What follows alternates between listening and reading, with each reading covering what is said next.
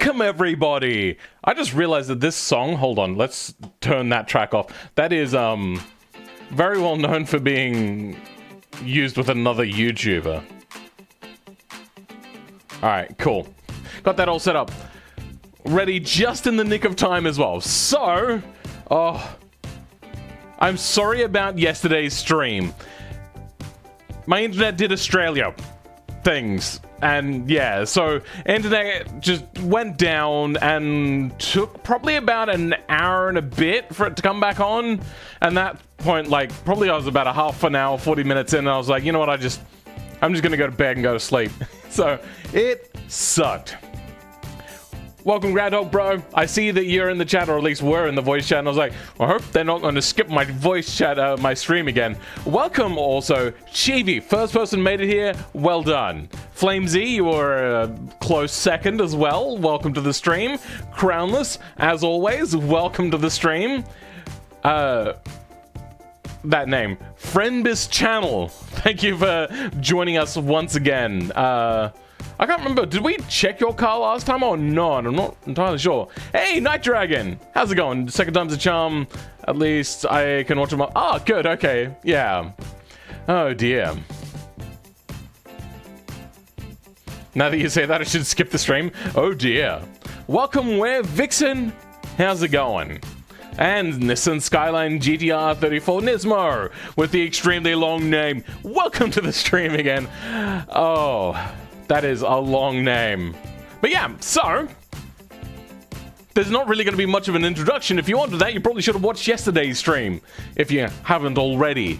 This is basically, I'm going to be picking up from where we were, because my internet clapped out, and now we're going to do this. Didn't expect to stream today? You really don't keep up to date with my notification thingies, dude. Like, I put it in the Discord.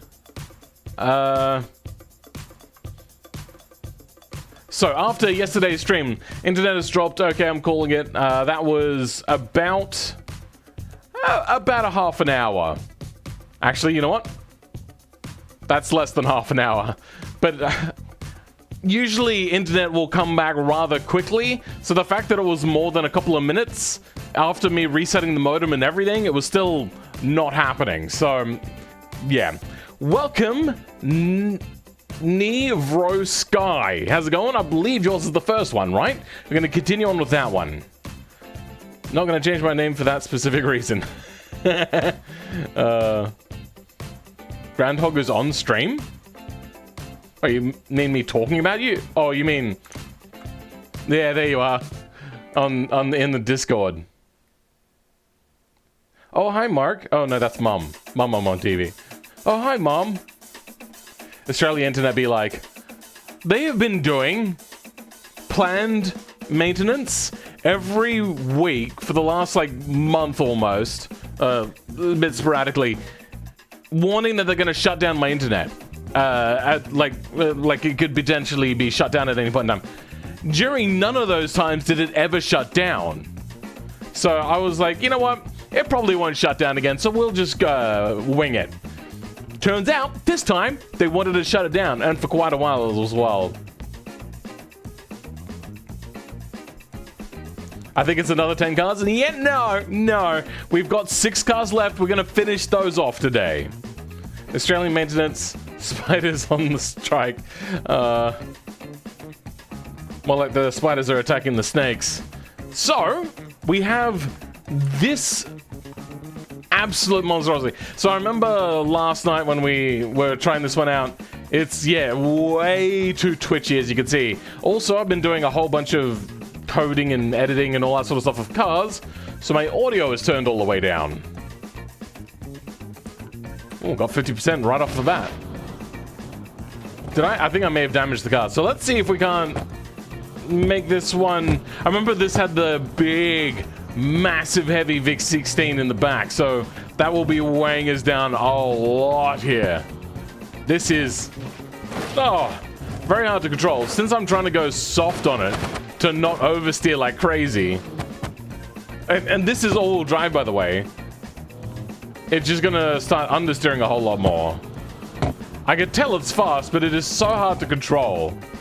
Brakes are pretty decent. It's able to pull up a very quick car in a smallish amount of time.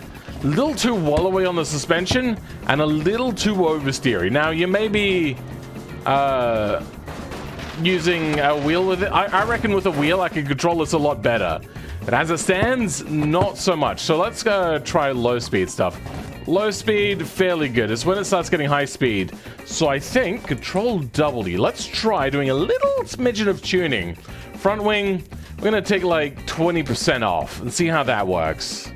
I'm assuming that there's like a big error issues. I'm assuming you got the arrow warning of... God damn it.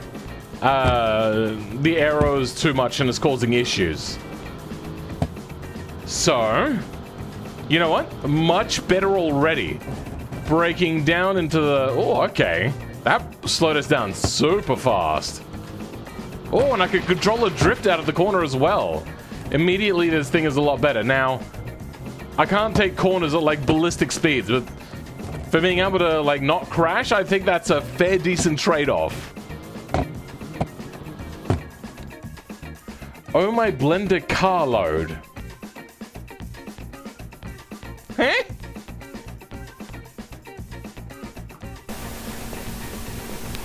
What?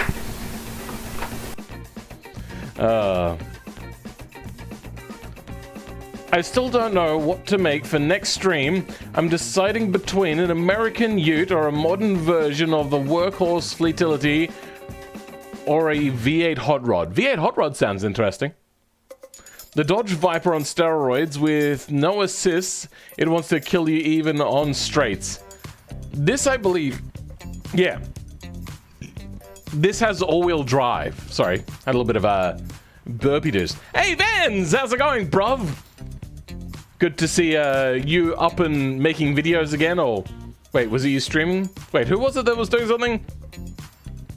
I can't remember. My brain is not very good. And welcome, Octane, if I hadn't said hello to you yet. 1800 horsepower with 2600 Newton meters. That's a lot. What were you doing in Blender? Me? Is that what you're asking?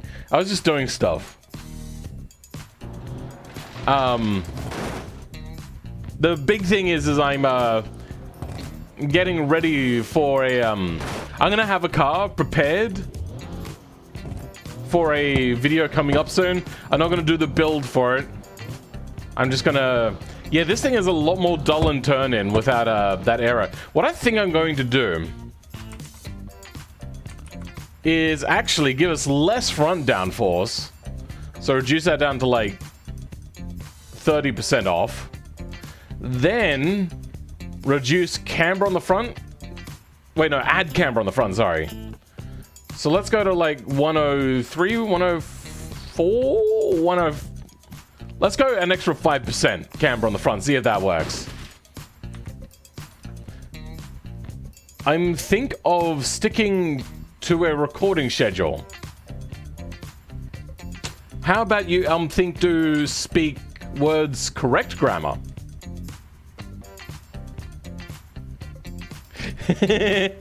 The French got angry? Oh yeah, that's right. You guys were saying it was the French fault for me complaining about French car manufacturers. His internet loves French cars, so I got offended and said no you. I mean, I wouldn't put it past him. Oh god, okay, well that didn't turn out so well. After the whole debacle with us wanting to go with a nuclear submarine, so we went with the American manufacturers, as opposed to making it ourselves, or just going to the French saying, you know how you retrofitted a nuclear submarine to be diesel just for us? Why don't you just give us the nuclear version instead? Then when the Australian government went, no, we're going to give it to Americans because they're going to give us a nuclear sub. And France is like, what the hell, bro? What's up?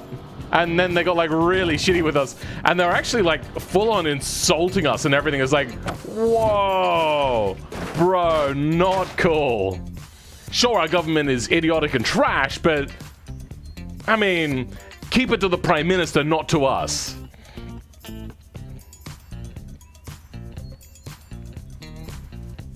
You're tired? Fair enough. I'm assuming it's pretty late for you in Hawaii.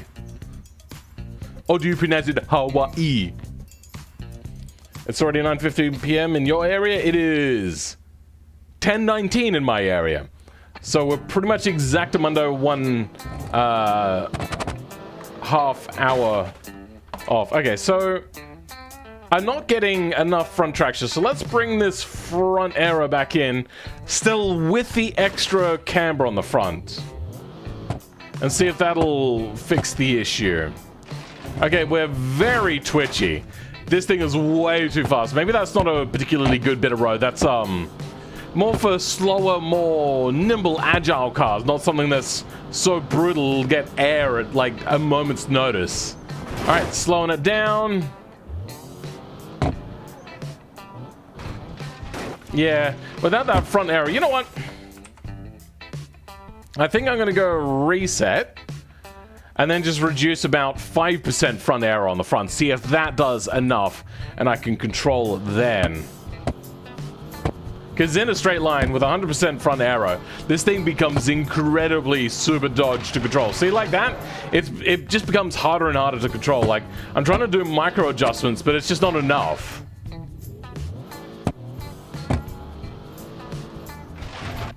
Alright, you know what? No good. Tuning. Drop this down to about 11% off. So also the 70s porn music. It's just what's on the list. I just set up the playlist and away it goes. Anyway, we now go slow down. You know what? That's probably too early of a slow down point for a car like this. Alright, so it's becoming hard to control, but we have understeer. So what you have to really do is go back in and just tune the suspension from scratch to fix the twitchy oversteer. Unless you can drive it that way. If you can drive it that way, then all kudos to you. Most people are going to struggle to drive this thing.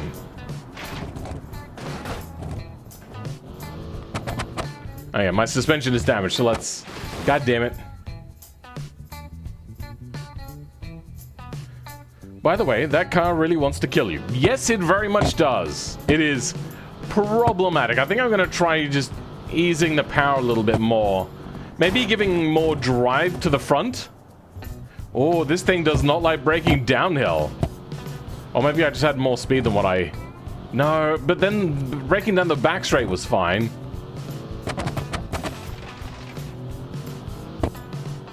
Okay, being a lot smoother on the throttle does help, but you have to lift way too much. This thing needs ESC, honestly.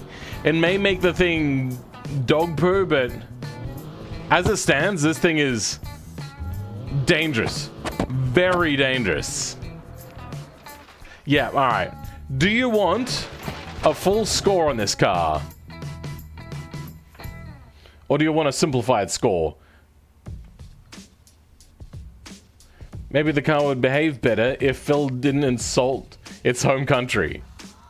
Hey, their home country insulted my home country. Or at least one of them. I really don't understand why we changed our submarine manufacturers. You want the full score? Okay.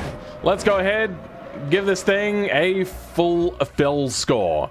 Alright, starting with styling. It's a little bit basic. The air in to air out doesn't really fit right, but I suppose that's less of a thing that's more to go into the modifier scores, not the actual score. So, styling, I mean, it looks okay. It doesn't look as wild as what you would expect for a car that has that much horsepower. Like, have you looked at the Dino? Oh, Devo? No, the Devo. The Bugatti Devo. That thing is just wild on aero. This thing is not so much. Sorry, body design. So, it's going to get like an 8. It's fairly good, but to a lot of people, they're going to look at that rear wing and not be impressed. So, we'll give that about an 8, I think. Acceleration, 10. Handling, 5. Fun factor, 6. It's scary. It's way too scary. Like, being able to make somebody, like, do the whole Tesla, like, have the phone fall flat in their face, which I believe a lot of those are starting to do deliberately because they're just how do you keep falling for that? Honestly. And also, who holds their phone up like that? Nobody does. Everyone holds their phone down. It's how cops catch people on their phone. It's because they just see somebody just in their driver's seat looking down at their lap. It's like, we know what you're doing. Cool factor. This thing will be pretty darn cool. Trackability? No. Features? I don't know. Open your notepad, Phil? I don't know what you're talking about. Oops, no, that's not what I'm doing. No interior, so I can't tell. So with the price of the car, we don't know what the price of the car is. So we're going to leave features probably blank. Comfort. I mean, it's a little bit soft. I can't really tell what the thing is, but I'm assuming it's not going to be the most comfortable car. So we'll give it like a 5, maybe out of 10. Actually, how much does it weigh? 1,600 kilos? Alright. Dutch Wikipedia calls the Bugatti Diva a sports car. Really? Really? They call the Bugatti Diva a sports car? What the hell kind of understatement is that? That's insane. I don't look down at my phone because it puts too much strain on my neck. If you can't look down like that, then you have a problem with your neck, and you should really see a doctor about that. My car costs $2 million euro. You meant to just put up what automation says. I've said that many a times. I've made that very clear. So even if you tell me what automation says it is, which is based on like 2011, 2012 prices, you're gonna get a 0 because you failed that. I mean, sports is a wide range. I know. I mean, sure, you could use it for sports. Like, racing is a sport. But to call it a sports car, it's quite the understatement. Anyway, quality of this car, it's probably going to be fairly low. It's probably going to be like an engine's kind of strung out sort of thing. It's going to require a lot of very expensive maintenance, but at least it will feel good. So we'll probably get that somewhere around a 4. Practicality. I mean, it looks like it's probably only going to have 2 seats. Do we have... No, yeah, you're not going to fit people behind there. Are you going to fit much in the boot area? Not by the looks of it. It looks like it's mostly... Yeah, it's going to be mostly ventilation back there. And the front, you're not going to fit much there either. So practicality, it's going to be like a 3. It's not going to be the worst. Value and ongoing costs, we're going to leave them blank. JBeam editing. I don't think you did any, did you? They also call the 2002 Chevy Cavalier a luxury car. I don't know what even that vehicle is. 2002 Chevy Cavalier. Oops. That... No. Okay. No. I know that car. I think my grandma had one of those in Canada. I think. Luxurious it is not. That's going to be a big no from me. So JB editing, I don't believe anything there. Would I buy it? It would be way out of my price range, so it would always be pretty much a no. As je ne sais quoi factor, I think there's nothing really there. And as for realism, it seems not out of this world. So we'll give it like a 3, but it probably wouldn't have so much downforce because the Devo creates like not a whole lot of downforce, and it would probably be a very different kettle of fish. It'd probably weigh a lot more than, what was it, 1,500 kilos? 1,600 kilos. So yeah, probably not the best there. So you get a fill score of 54. I usually look down at a 20-degree angle. Something like that. Weird. It's like calling Usain Bolt a jogger. Yeah. You know what, actually, a jogger's a little too specific. It'd be like calling Usain Bolt somebody that moves for a living. That's more what it would be like. It's like...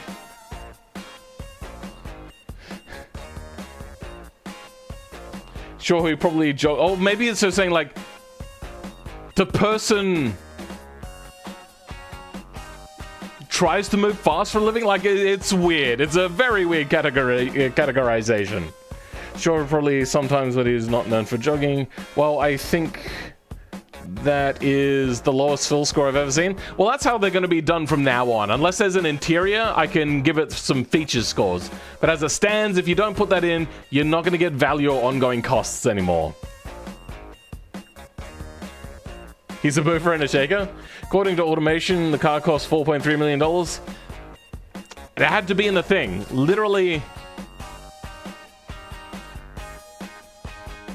there's nothing saying there about like editing the cost. It just says put in the year and the price. Like, can't wait to lose 40 points for using gated shifter. I think the gated shifter was a bad choice. Anyway, let's go ahead. Control E, remove current. Now on to this bad boy. I have to look up what it's called though. This is the Dropnir NS700. Sounds a little bit like Mjolnir.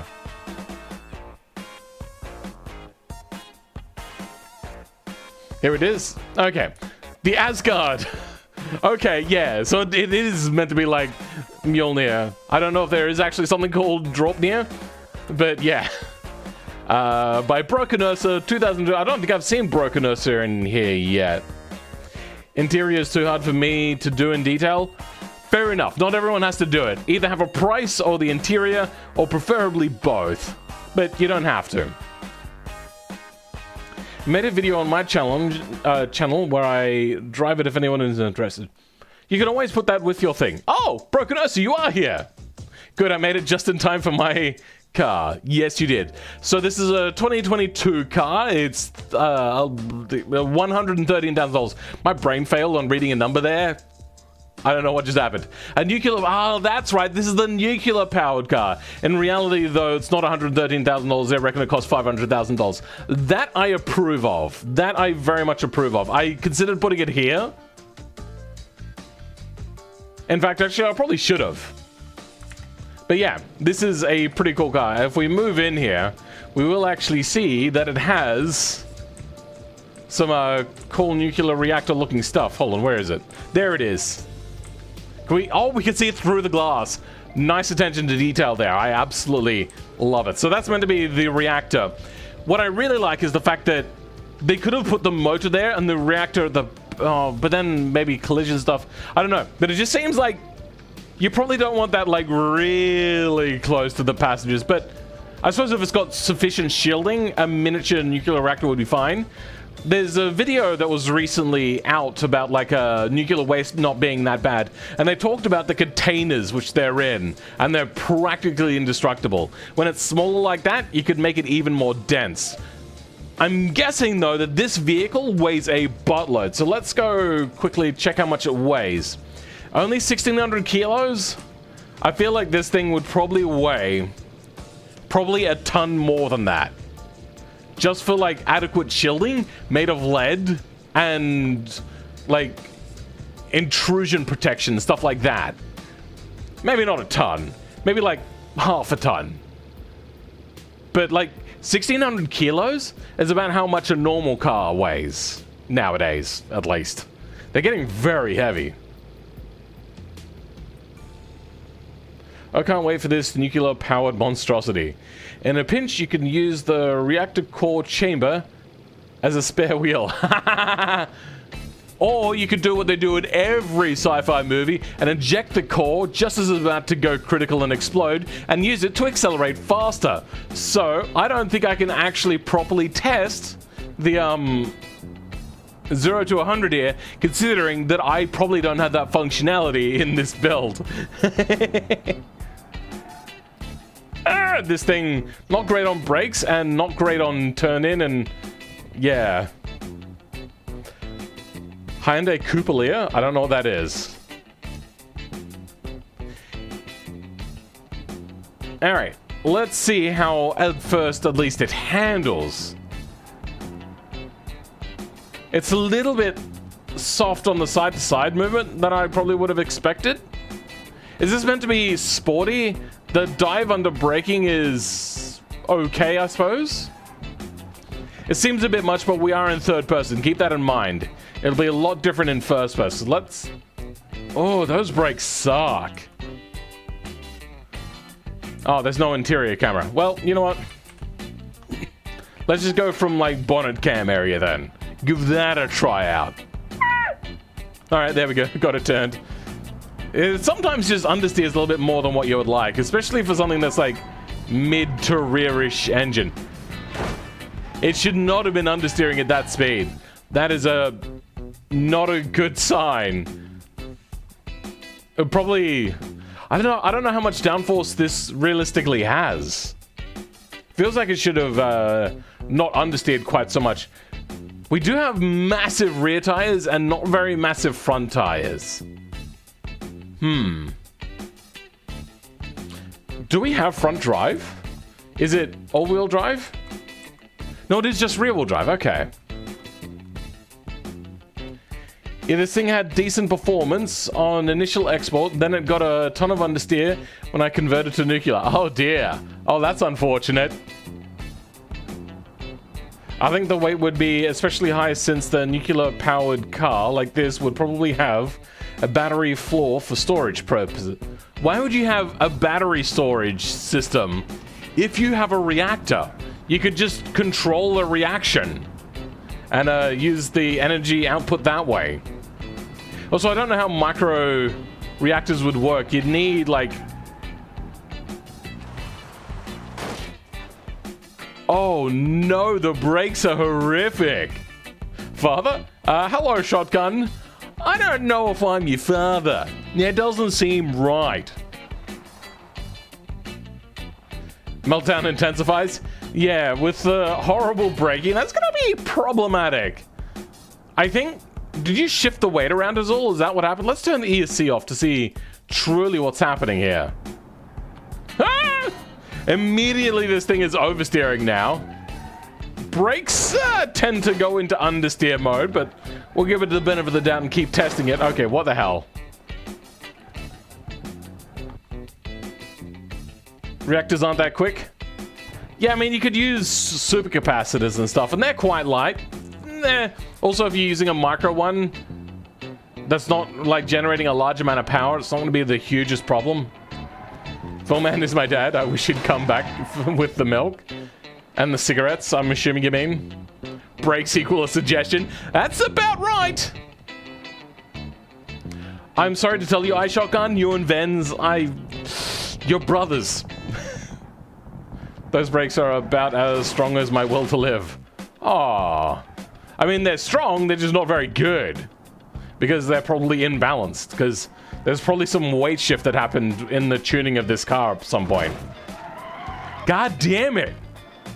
Alright, let's go full sweat mode. That means no talking, I'm just gonna focus on driving.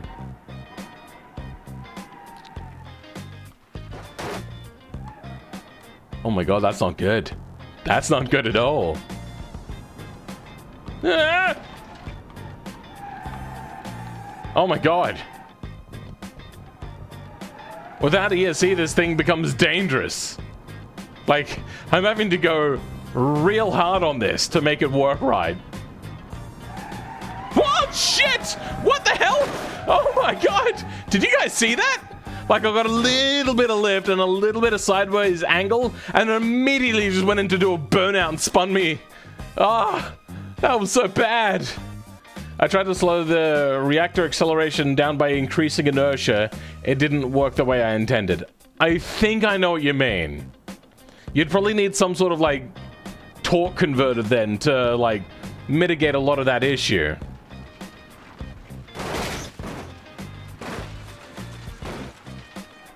I don't know what you're saying there, Were Vixen. Okay, there is something... This is a peculiar bird. Very, very weird. Has to be a rear brake bias. You know what? We'll bring it around to the back straight and we'll actually do a proper brake test. We have the app up so we can immediately see what our wheel speeds are doing. It looks like the front brakes are a lot more stronger than the rear.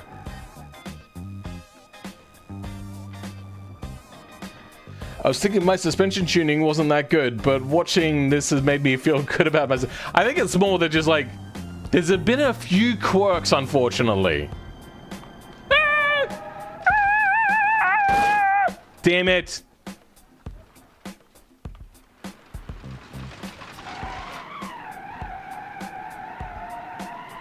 God damn it. There is a lot of inertia there. You can see it. Like, usually in an electric vehicle, the wheels will just stop immediately. This thing has a tendency to not stop immediately. So, engine. Car assists, completely off. The fronts will lock first. I'm not great at tuning brakes on high downforce cars. Fair enough. I wouldn't have guessed that this was a high downforce car, though. So at about 120-ish. Yeah, your fronts are way too powerful. You notice that the rears didn't lock up at all? So automation has gotten better with dealing with unbalanced brakes. But it's not that much better. That is incredible. So the fronts locked up way too easily, and the rears just didn't. But then again, it could be that the motor was also a bit of an issue there as well with its inertia. You know what? I think the inertia is what's causing the problem. So when trying to go into a corner, you're slowing down, but the rear wheels are still pushing the car forward into the corner, even if you do have brakes on the rear. So I think you're going to have to remove that inertia and maybe put a torque converter back into the car. That will help. Actually, what have you got here? UI apps. Is it power? Yeah, power visualization. So you have into, hold on, from the engine to a gearbox to a rear drive shaft. I do have a new thing coming out soon that'll eliminate all issues like gearboxes and stuff as well. I think the Tesla Model S, the performance is a conversation piece and you wouldn't really ever use it. I personally probably would. I floor my car so often. Anyway, I'm assuming brokenness, you're going to want a full fill score on this. So we're going to start off with design. The rear is a little too two-dimensional for my particular taste. I can see that there is a few things in here. So we have this fixture here, which recently somebody made using my like ethos of making things flush. I can see that this isn't just flat here. This is actually an inset sort of thing. And then this is its own sort of thing. And this was the trim fixture that is now in vents, I believe, for some weird reason. I know all of the parts that are used here. It just seems that it's a little bit too flat. There's no eccentricities to geometry here. Also, there's a little bit of the leading lines issue here, as we talk about sometimes. So these leading lines are almost vertical, but they're actually a little bit out. Then this, with this vent here, points inwards. These lights here also point inwards. These lights inside of the light housing are complete straight up and down. So there's not really... And then there's these on the side, which are straight up and down in braking the whole leading line sort of thing. If you had multiple of them getting smaller to like go into the leading line sort of thing, that can work sometimes. But this as it stands, not the greatest rear end. As for the front, I just can't unsee McLaren. It just, I can't unsee it. I like most of it though. Most of it does look pretty good. And I do love the side little thing that you got going here. I'm not entirely sure what that fixture is. No, I know what that is. I like it. This doesn't seem to really fit the angular sort of shapes that everything else is going for. But I mean, it's not the worst thing. At least it adds a little bit of detail on the side, breaks it up a little bit. Do you see Lexus LFA in the rear taillights? actually I do see that a little bit.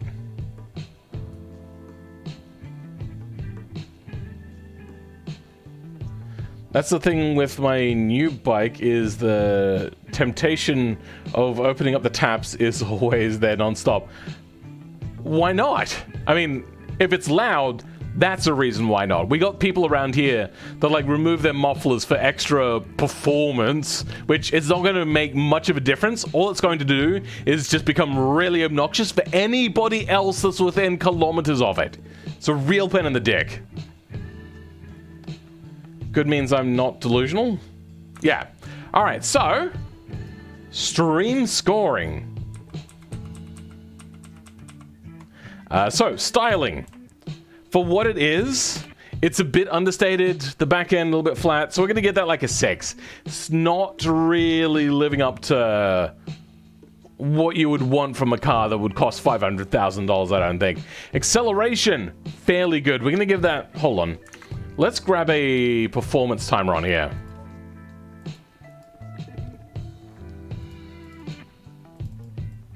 I hate this UI so much. Performance timers. I'll leave that there, probably for the rest of the stream, whatever. Alright, what's at 0 to 100? Alright. Oh, it's very slow off the line. 4 seconds to 100. Now, I know that this is using a nuclear reactor, but a lot of people are probably going to feel that they want something to accelerate maybe a little bit faster than a 90s Ferrari.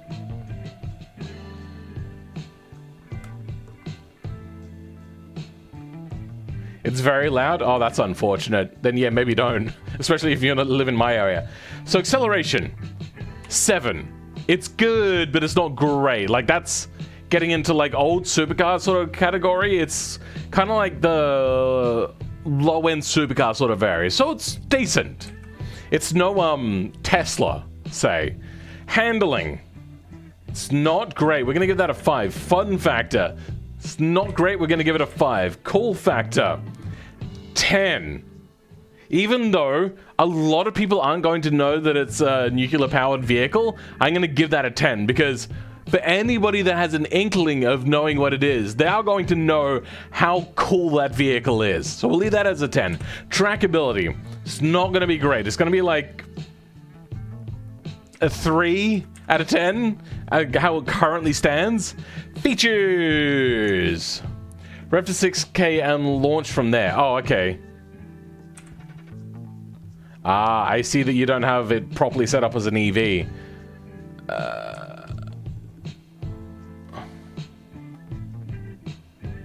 Hold on, what was it, 6K? Yeah, whatever. Alright, that didn't work. I got sidetracked.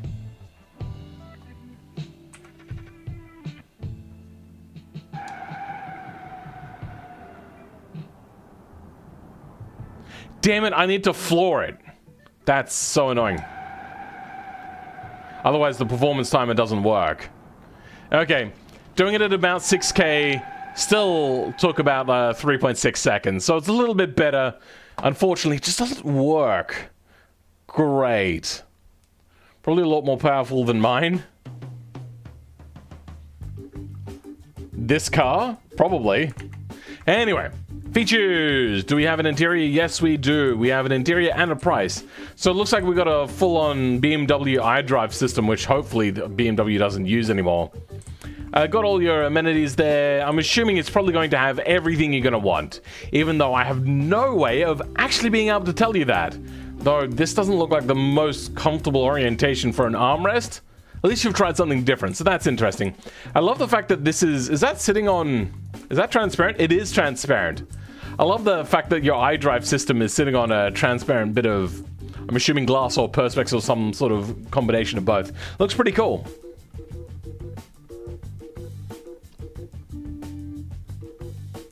Fairly basic interior? Yeah, I get it. But at least it'll probably have most of the features you want, even if it will be a little bit annoying. So we'll give that probably like an 8 out of 10 for where it goes. Because you don't have like rear seat luxuries. Like, it doesn't have everything. It just has a lot of stuff. That's probably for the front area. See, if I was to give it a 10, and then, like, somebody came along with a Bentley that had, like, screens in the back with full touch screens and full, like, four-corner air conditioning, give that a 10? It doesn't quite seem right. So that's why we're doing that. Even if it's pretty good, it's still only a front passenger compartment vehicle. Comfort! It seems fine for the suspension, a little bit soft. The seats seem pretty comfortable there with a little bit of bolstering. So comfort's probably going to be quite high. Maybe like an 8? I don't know. Like, you haven't made this out to be like a complete wallowy box of like a old Bentley sort of thing. Quality, I don't know. A very short production run sort of vehicle at a very high price, usually handmade. Probably not going to be the greatest, but at least the nuclear reactor stuff is probably going to be quite really good quality, because there's going to be like atomic commissions from the government coming in for everyone and inspect every single one of them before they go out. So we'll give that probably like a 7. It's probably also going to feel quite good, so maybe we'll give it an 8. And the electric motors probably won't wear out. It just comes down to whether the interior parts will wear out, whether the leather was a really high quality that won't tear, or the screens aren't like the Tesla screens where they like lost all of the liquid crystal part out of it and would leak down and destroy the electronics underneath. Like that sort of stuff. I can't really say per on that, and neither can really manufacturers until the car is out there in the real world. Interior is inspired by the new Polestar 02. Oh, okay, interesting. You know what? I'm gonna have a look at that.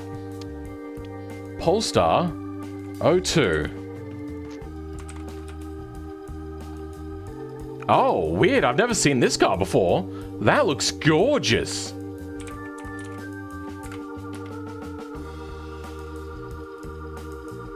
Yeah, I can kind of see your inspiration here. The steering wheel is a lot cooler here, and this is straight up, they've just stuck an iPad on the dash. I hate that sort of like lazy design, honestly. And I'm glad you didn't just go ahead and just go, big iPad, yay! Like, you can do so much to like integrate a cool design. Screens don't have to be square. They don't have to be, oh, sorry, rectangular. They don't have to be flat. Like, they can be curved, like kind of like Porsche does a little bit. Like, if you're going to be charging a lot of money for a car, you could do a lot. Now, I know, here in automation, not really the sort of place to be doing that sort of stuff because it's way too hard. But you could probably do something. Does a 1200 horsepower car need a all-wheel drive or not? And at what point do I consider between the two? It really depends on the car. If you got a heavy, wallowy vehicle, you probably don't need it. But you probably will want it, because you don't want idiot people that are buying your cars to like drive it and lose control because they didn't have all-wheel drive, crash and die, and then have the government come breathing down your neck over it. By the way, Phil, are we getting the key to the house Friday? So then the transporting stuff happens. So I have still been... What are you talking about? I'm so confused. Polestar 2 is a gorgeous car. I think it is a very gorgeous car. I hate the electronic cars with all my fibers, but damn, those cars are beautiful. I think different cars can be good for different reasons. Not just for like an SUV is good for moving people around or going off-road sort of thing. What I mean is like, I like a car for this reason. So I like Ferraris for like their ambiance, their engines, their like handling, all that sort of stuff. But I like Tesla for their acceleration and the fact that they're incredibly cheap to run and they're relatively comfortable whilst doing it. So I think that there's many different reasons as to why you would buy any car. So I'm not ever going to say, oh, I hate electric cars, or oh, I love electric cars only. I think they have their own upsides. And I think to just say no to electric cars makes you a Sith, because only Sith deal in absolutes. Don't be a Sith, just say no.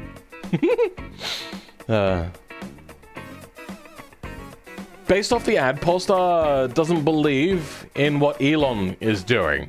What do you mean? Has 13 hours...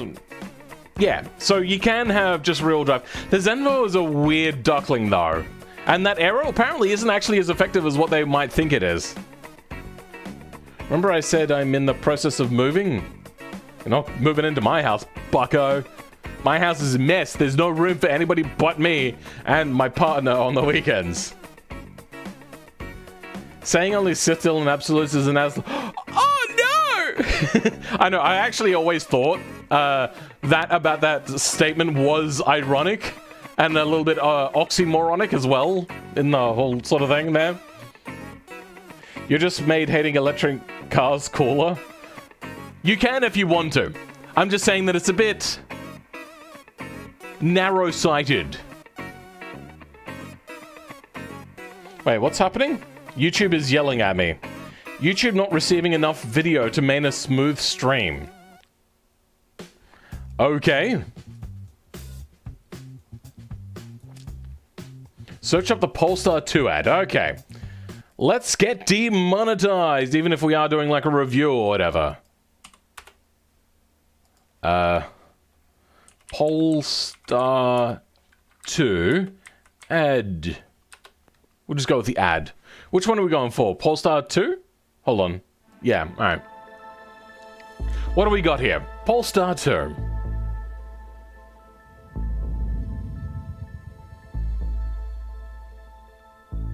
Polestar 2 is not just an electric car. Polestar 2 is a new icon of electric mobility. A confident creature playing to its own rules. What? Bold graphics, clear-cut architecture, sensual surfaces, and a that I powerful can stance kind of agree with. In an uncompromising, pure and progressive design which embodies the true DNA of Polestar. That Swedish design I can get behind, yes. In its heart, the powerful 78 kilowatt-hour battery pack has been carefully optimized, creating both maximum interior space and a low center of gravity. This densely packed power plant that's not new to you. Up to 500 kilometers of range. Decent, sure, why not? Electric motors generate a combined 300 kilowatts of power and 660 newton meters of torque. That's Our not engineers slow. Designed the powertrain for precise, adjustable torque distribution, elevating your driving experience and positioning Polestar 2 as a true electric performance car. The pixel LED headlamps are not only beautiful to look at, Really? also We're now going into contain the some of headlights? the most advanced lighting technology on the market. Really? Now we're like... You're this desperate to talk about things that make you different from Tesla that you're talking about the headlights? Stunning crystal light blade incorporating 280 power LEDs, an iconic So just an LED? signature which welcomes you with a carefully choreographed illumination sequence unique to the Polestar brand. Oh my god, they are so far When up you themselves that approach, they're disappearing. Polestar 2 recognizes you through your phone and unlocks as soon as you grab the door handle. The interior combines stunning simplicity with the intricacy of beautifully crafted details and materials. Polestar 2 expresses the ultimate blend of a high-tech user experience and the sensual joy of a true premium product. Finding your destination or interacting with your car has never been. Have we gotten to the good part yet? Because this is getting really boring and they're just like going, hey, look at these features. I know everyone else has them, but we're doing them now. So now we're just pompous and jerking ourselves off in a masturbatorial kind of way. There is a 5-second ad that says no second chance for the human race on Earth. All right, let's go have a look at that. So 31-second ad. Let's have a look at that one. All right. No compromises, no epic voice lines, no punchlines, no...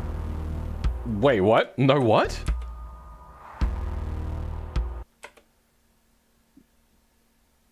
Oh, no Dieselgate. Oh, just sticking it to Volkswagen. I was looking at that going, no die sell. Whoa. Wow, Volvo's never really been one to, like, throw the first punch. That's harsh. That's harsh. Oh, I've never seen Volvo do that. I mean, Polestar, but you get the idea. No hidden agenda, no empty promises, no shortcuts. Okay, so they are taking a bit of a shot there at Tesla. No conquering Mars. No blah, blah, blah. No settling, no greenwashing, no nonsense. Here's my big issue. The car sector, specifically, is not actually putting out that much greenhouse gases compared to the big industries that need it.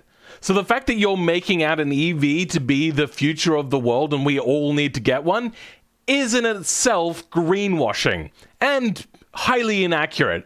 What we really need to do is like fix up power generation, a lot of animal management, so like we have less methane creating animals, stuff like that, maybe feeding them better stuff, but probably just having less of them.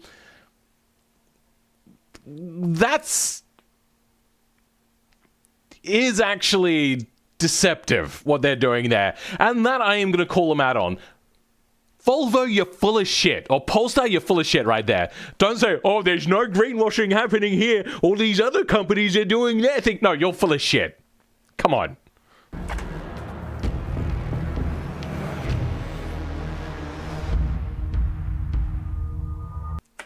There is compromise. You could have made a really, really ecological vehicle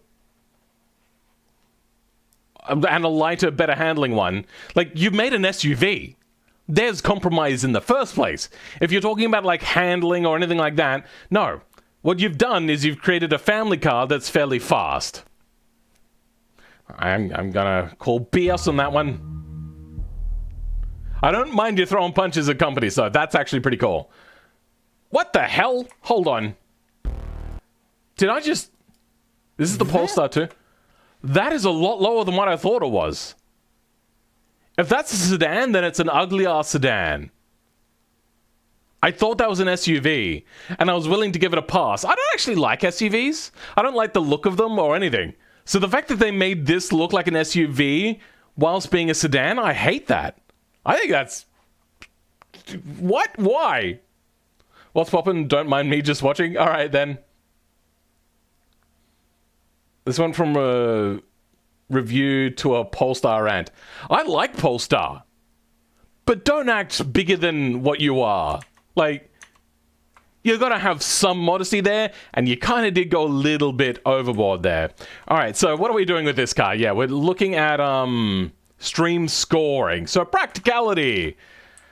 I mean, you're never gonna have to refuel again. That's a thing. You're gonna have to do constant maintenance to make sure that there's never anything wrong with it, or at least checkups constantly.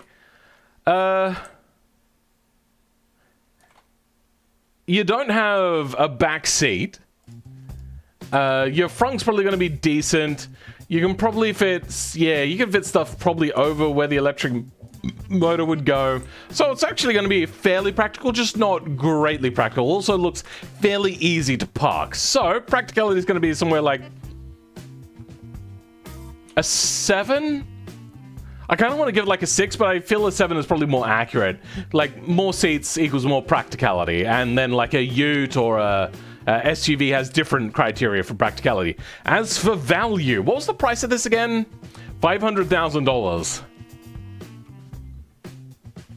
With that handling as it stands, as you delivered it to me, not gonna be great. So value is gonna be like 5. It's probably never really gonna drop that much in value, and in the future it's probably gonna be a very expensive car, considering that probably not many of them would have ever been sold, if they ever sold at all. I've said this 100 times, cars do almost nothing compared to other things.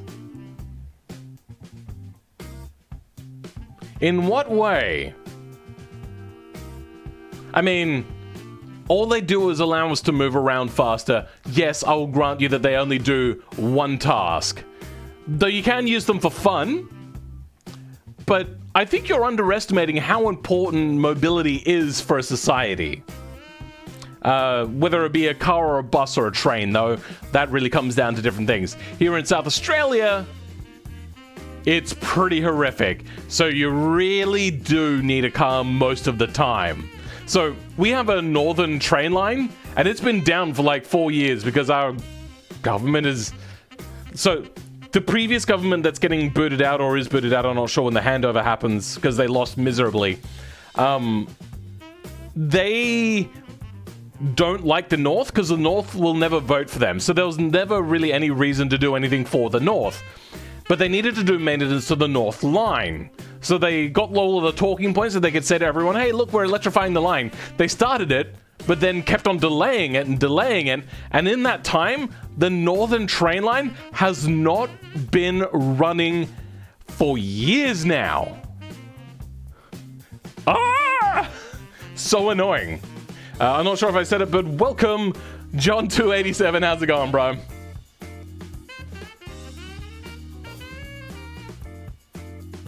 I'm thinking the cost is because the engineering of the reactor. Yeah, most likely. In terms of emission is what I mean. Oh, okay, they do nothing. Okay, yeah, emissions. They don't do nothing, but they do nothing compared to what needs to be done in other sectors.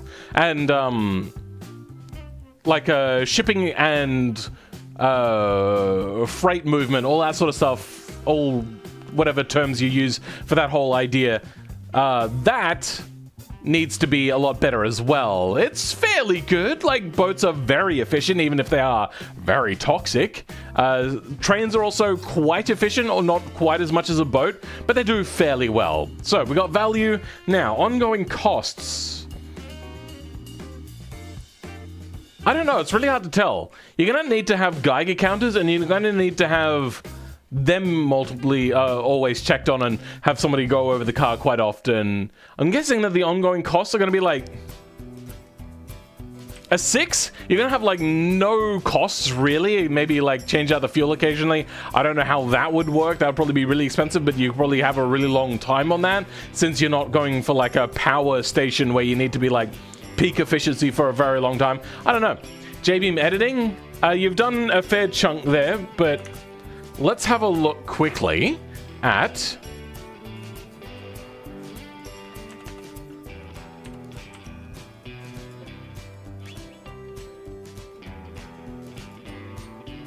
what have you set this engine to? It just says not applicable. Oh, that's the aspirated. Ah, okay, so you haven't done the real EV conversion. You've only done a partial EV conversion. So, unfortunately, that's going to get you like some scores. Do we have a moving steering wheel? No. Alright, so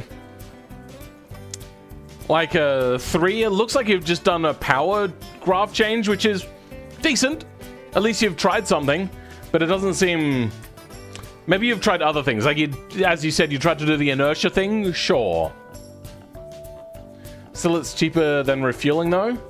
I don't know. I'm guessing that enriched uranium for... What is it? Something or other 2.7?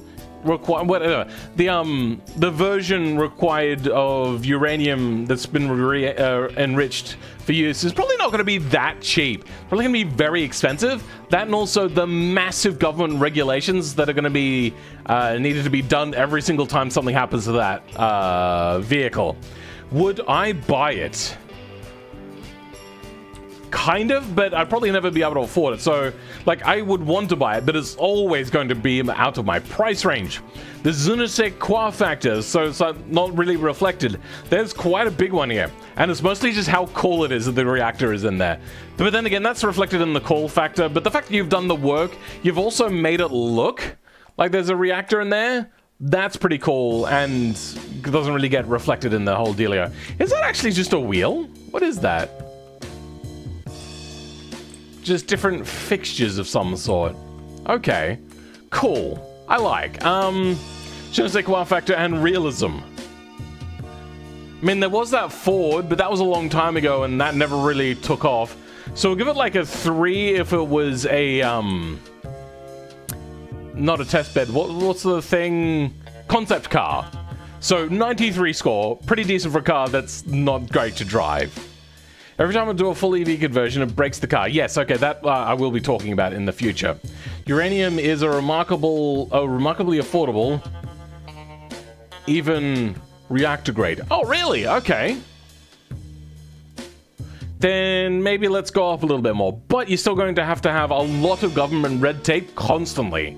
And as time goes on, the government's probably going to start charging you more and more to keep maintaining these things. Because they're probably going to be like, you know what? This is a great experiment at first, but we don't like having to deal with this. So we're going to make it like really hard for you to keep this vehicle stocked up with the uranium that you need. Because you can't go out and buy uranium at all. You need to go to the government and say, hey, can we buy this? And give them a very good reason. And they're probably going to start making it really hard and probably remove your ability to do it altogether. So, yeah. Also just realized. There we go. But you know what? I'm about to Control-Z a whole bunch of this. So, your score is 93. Enjoy your score. That's a pretty decent score. Now we're going to go in here and we're going to do that. All right. Very high score. When is safety going to be a factor? I'm not going to bother with that. That's going to come down to like comfort, practicality, stuff like that. It's going to be an overall sort of thing. Maybe even add that to the je ne sais quoi factor. Also, the would I buy it? Like, I'm going to weigh up the safety versus like drivability, sort of like how fun it is. Meanwhile, in hybrid land, yeah, I know. Less safe, more fun? Not necessarily. Anyway, this car is Dunsky's! Goodbye. You are the weakest link. Now we have the Flymouth Tassie, which I'm assuming is short for Tasmania.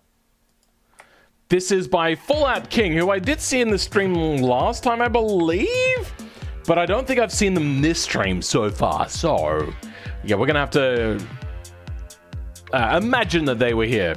1965, $75,300, which is a pretty decent sort of price for a car of that sort of thing. The most powerful car you'll ever see, or you'll ever come across, boasting a massive 10.6 liter V8. So I think what they meant is the most powerful car for its day. Yeah, he was there yesterday, I think. Okay, yeah. So it's not just me then. So big behemoth engine. It's also got overhead cams, which is not normal. Very, very, very not normal. Got the quad carburetors, and it's quite loud as well, as you can hear. So in this entire time, oh god, that's slow off the line. Okay, you've tuned it poorly. That like kick in of power at about like 3,200 RPM. That's not going to be what a lot of people are going to want out of their car. That is a very loud exhaust. Is the Flymouth as a play on Plymouth? Oh, you know what? Actually, maybe. Who was the brand that sold the Valiant in the US? Valiant here was just rebadged Chryslers, basically. So I don't know about the Plymouth Valiant. Okay, remember this can have a supercharger. Oh, really? How much horsepower? I don't know. God damn it, turn, son of a gun.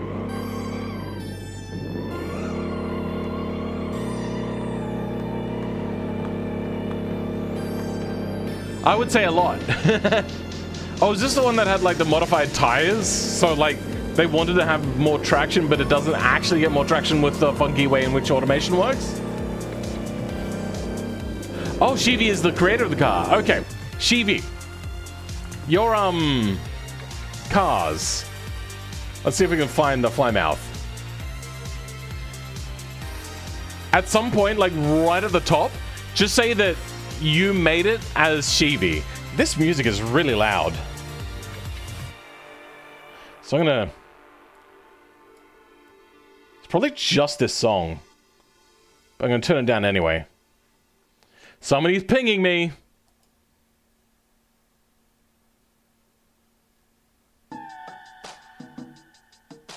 Alright, we'll not block that person because they might make build and race happen again.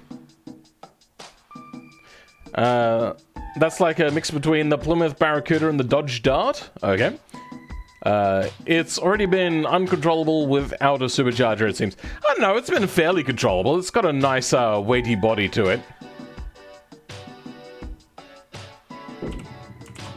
No, not Control E, Control W. Engine. Stock intake. Oh, I'm gonna update the supercharger mod. And the supercharger mod will go in the intake slot. So what you'll do here under stock intake eventually, that'll happen probably within the next couple of weeks, and I'll make a video on that. Stage 1 supercharger. All right. Yeah, for example, I put by Nova Wolf Gaming. Yeah, so if you could do that in the future, that would be great. It has a custom horn. That's the wrong button. What's horn again? Was it accelerating on its own? Did it get runaway just then? No? Alright. This thing is actually really slow when you get into high speeds, and I love it. Because it's got like huge amounts of drag. And it's tunable? Oh, nice. I mean, yeah, I do know that the supercharger is tunable. I just realized what you meant by that. Welcome, C1X5W8. How's it going, bro? Such a simple name to say.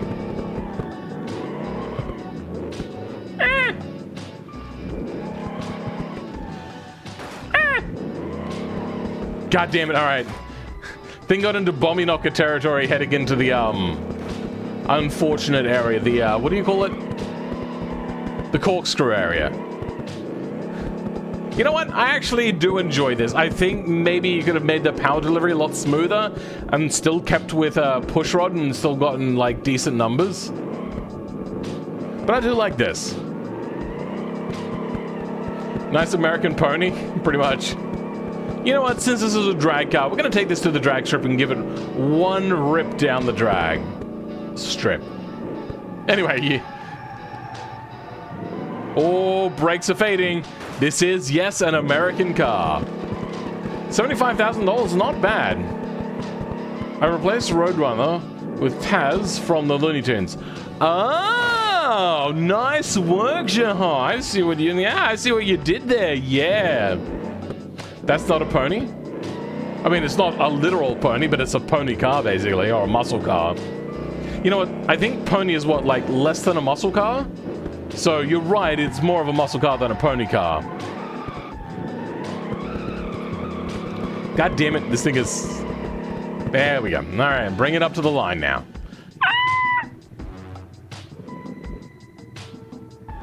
And right there, okay. No, that's not what I want to do. My brain is derping out on me. My sleeping pattern is really bad right now, and I should be asleep by now, so don't blame me for being really bad at things. Good. Good. Sure, why not? Shouldn't it be Cody then? I don't know. Oh yeah, you're right.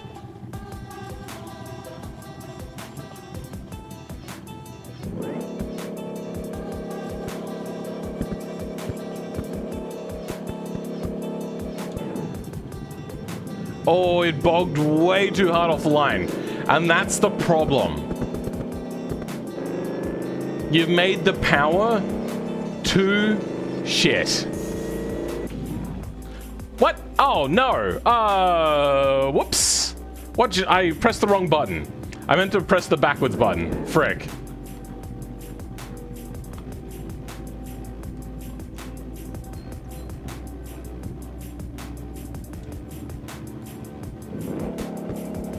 Alright, let's try that again. They got the start, but for some reason I still get a higher speed launch. Weird. So, god damn it. Oh, it's a manual. Oh, I'm an idiot. Still, I'm faster than them. 14. Probably that would come down. Let's try that again. What? Why abandon? Alright, so now that I know that this is not an automatic, I can use the clutch. I'm such an idiot.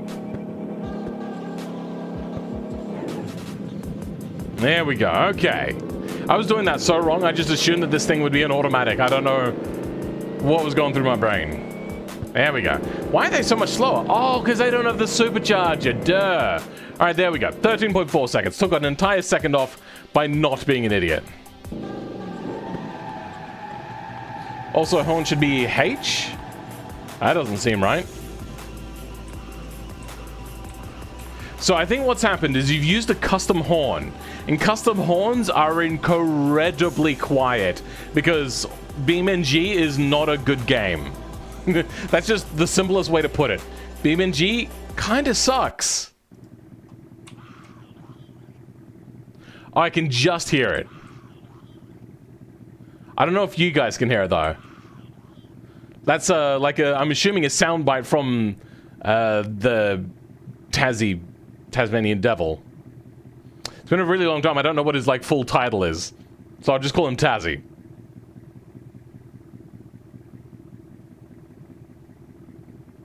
Most muscle cars became sports cars. What? Anyway, do you want a full fill score? I'm assuming you probably do. Let's actually do a quick look here. How much power does it create? I hate the way BeamNG's UI system works.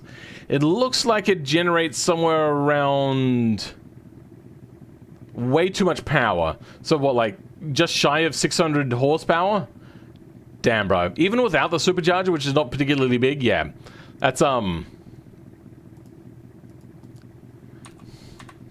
that's a lot of power.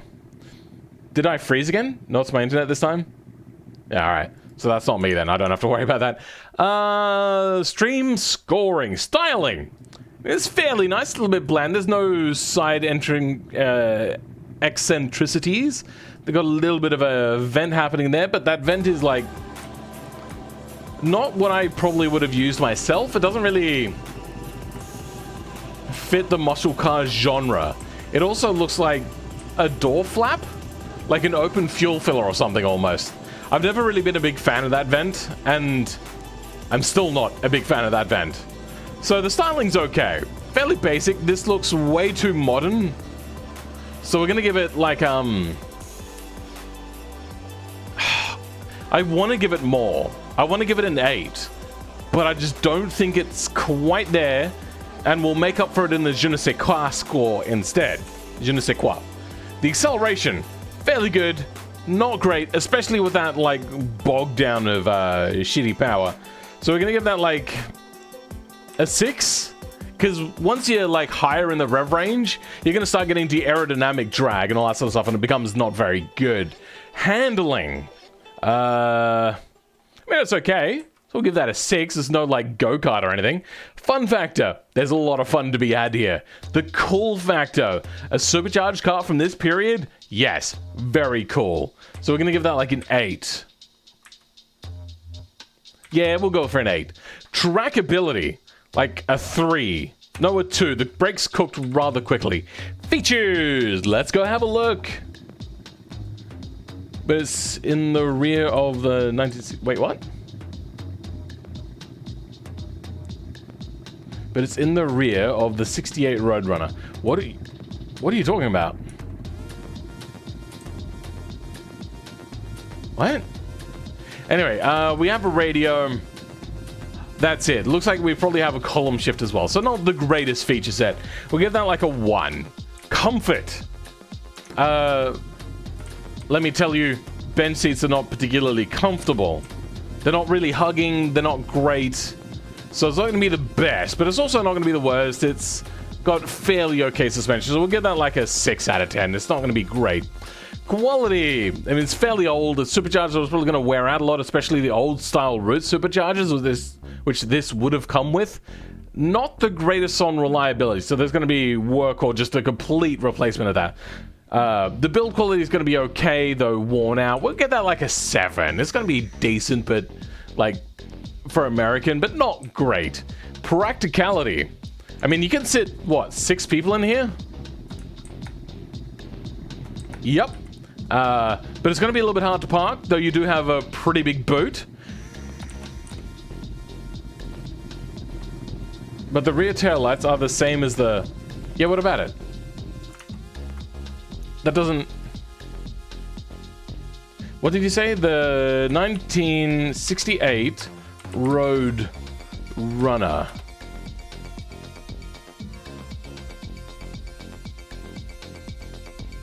This looks... Sorry, quite a lot different. As you'll notice, there is a little bit of a roundness to it. Having like straight lines, a little bit more modern. What you could have potentially done is used a the spherical patchwork instead of the square one, or sorry, use the square one and the spherical one and just stretch it out really, really long, so then it has like a really smooth curve to it, and just put that at the top there to give it a little bit of a curve. Maybe something like that. I don't know. You could try going for an inverse curve, maybe. It just looks too modern. What you could have also done is use those body molding fixtures that like add three-dimensional shape to it, and use that to encompass the rear taillight if you want to do a little bit of extra design work there. You don't have to, but that's just a thing you could do. Hey Rico, how's it going? Welcome back to the stream. I said it was modern. It does look modern. It's a little too straight edge, like a little too monochromatic on a lot of different details. It just looks very modern. The way you've presented it, that is, I should say. Practicality. So, what, like a 6? Because parking is going to be pretty bad on that sort of thing.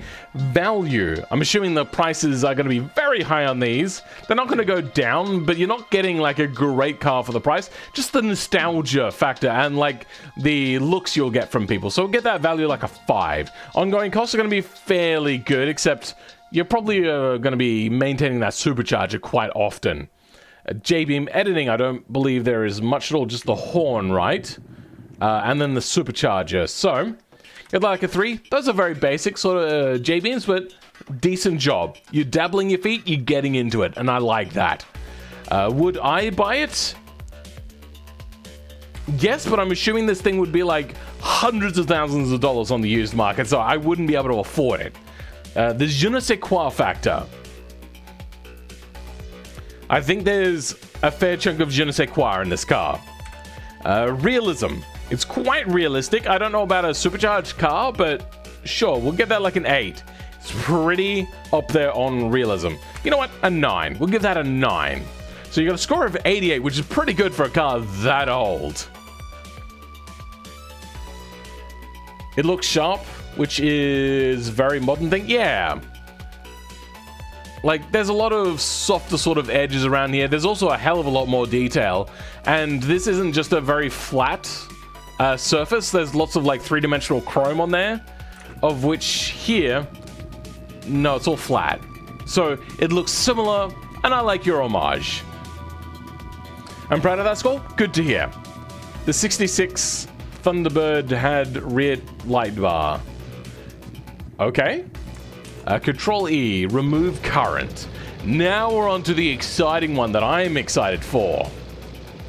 I should probably actually read up what was interesting about the car in the first place as well, apart from the fact that it's a speedster, which I love.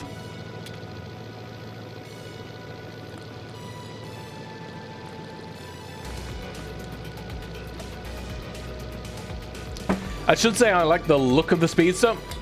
Speedsters are not necessarily good in modern day times. Back in the day, they had their advantages. Nowadays, they generally have to weigh more for more structural rigidity because they can't have like a pyramid for like the top roof being a good anchoring sort of strengthening position. And so you'll have to have that in like a lower section, which means they'll have to be stronger. Also, it's considerably less safe, uncomfortable. You may as well just have a vehicle with a roof on, if we're going to be honest. But I just love the feeling of it. A convertible just feels good. Sorry about the simple design. I'm not great with classic cars. I think it looks fine. Except for the fact that the probably wouldn't have had headrests. Full man chugging ASMR when? I don't know, maybe. I might make it a thing in my... Does this thing have ABS? It's got an ESC light on it. Is that just a graphical glitch or what? Let's try going full braking over the ridge. Your brakes are weak as hell, bro. I love it. What year is this meant to be? Handling is fairly decent. I'm assuming it's mid-engine. The back end is very basic though. That I will comment on. The front's pretty good. Is there something clipping through the door? No, I think that's meant to be where the door handle is. Even though these things probably wouldn't have had doors or door handles. Yep, no, that's a door handle. The one that everyone knows. Auto lock a diff? Maybe. But I know this thing has drum brakes. Damn it, I tried to get it going around. Can you also tell me whether you got cross plies or radials on this thing? Because I have a sneaking suspicion that you have radials on this, which is not what they would have had back in the olden days for what's essentially a race car. ESC button ABS is on? No, I don't think it is on. See, like clicking on it does nothing. Control W. Let's go into engine. Yeah, see, no driver aids. Oh wait, no, hold on. There is stability control here. But you know what? It's probably not activated. So it probably wouldn't have worked anyway. I don't think there was any ABS. I think that's just a graphical glitch and just the way in which automation exports at the moment. You think radials? Oh, that's a big no-no. Whoops, daisies.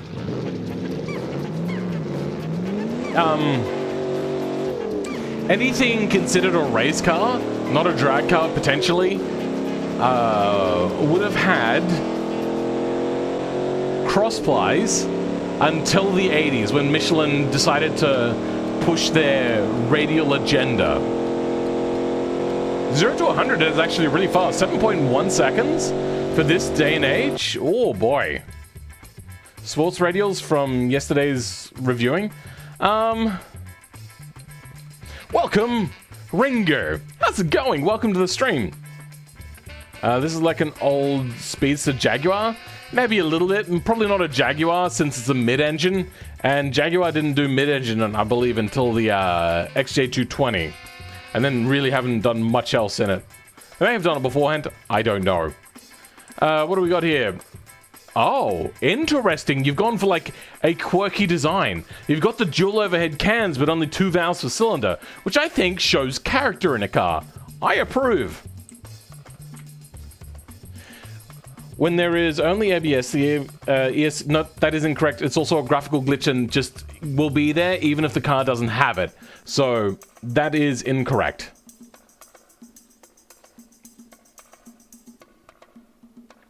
Don't know why it is, but it works, I guess. No, the ESC button will be there and not interact at all. Oh, wow, the thing is topping out as a top speed. You probably should have given it more overdrive then.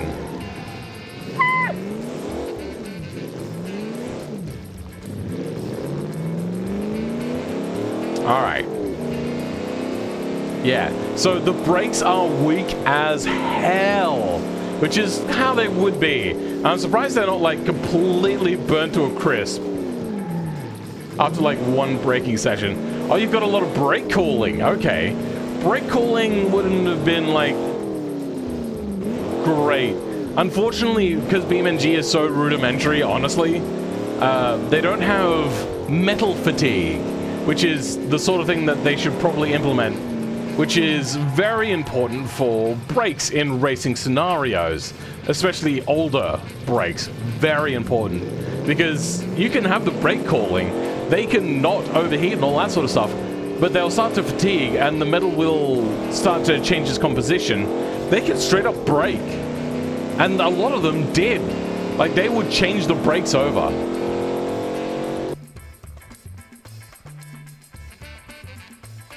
It's called the Jaguar XJ13. Look it up and you'll see it. Oh, okay. Let's have a look at the Jaguar XJ13.